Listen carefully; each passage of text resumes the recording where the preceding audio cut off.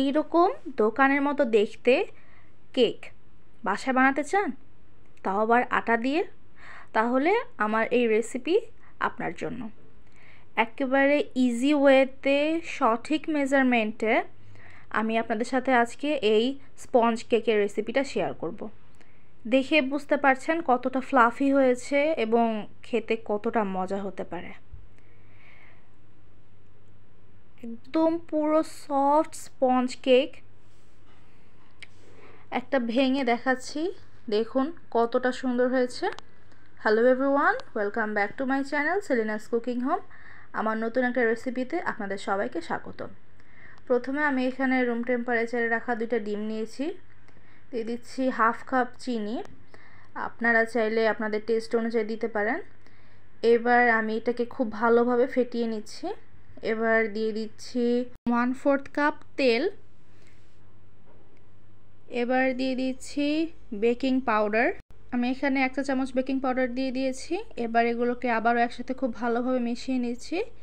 এবার দিয়ে দিব শুকনো উপকরণ, দিয়ে দিচ্ছি 1 কাপ আটা,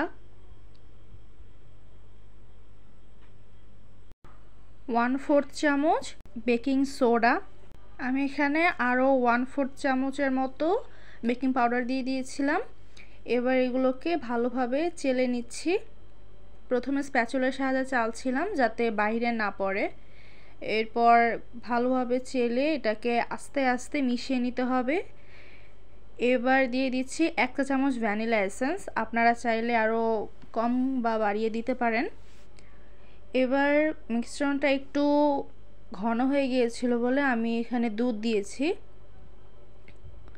দুধ দিয়ে এটাকে আবারও খুব ভালোভাবে নেড়ে চেড়ে মিশিয়ে নিচ্ছি। কনসিস্টেন্সিটা দেখেই বুঝতে পারছেন কেমন হবে।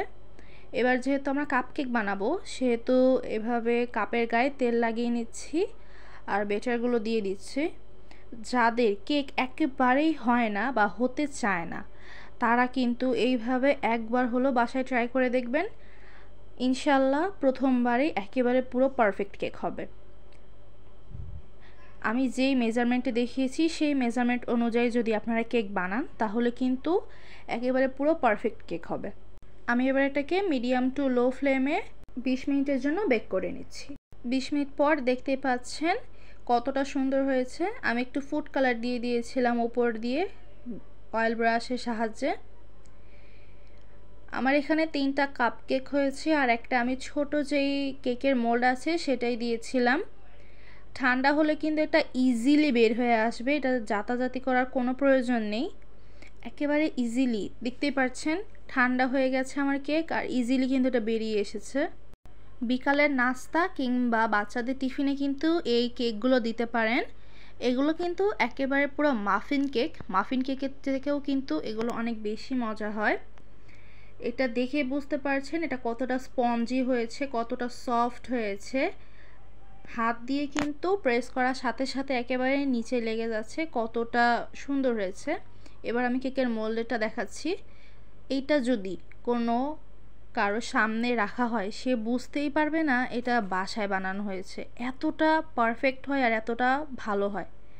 প্রথমবারেই যারা আমার এই মেজারমেন্ট অনুসরণ করে বানাবেন তারা তো একেবারে প্রথমবারেই পেরে যাবেন ইনশাল্লাহ।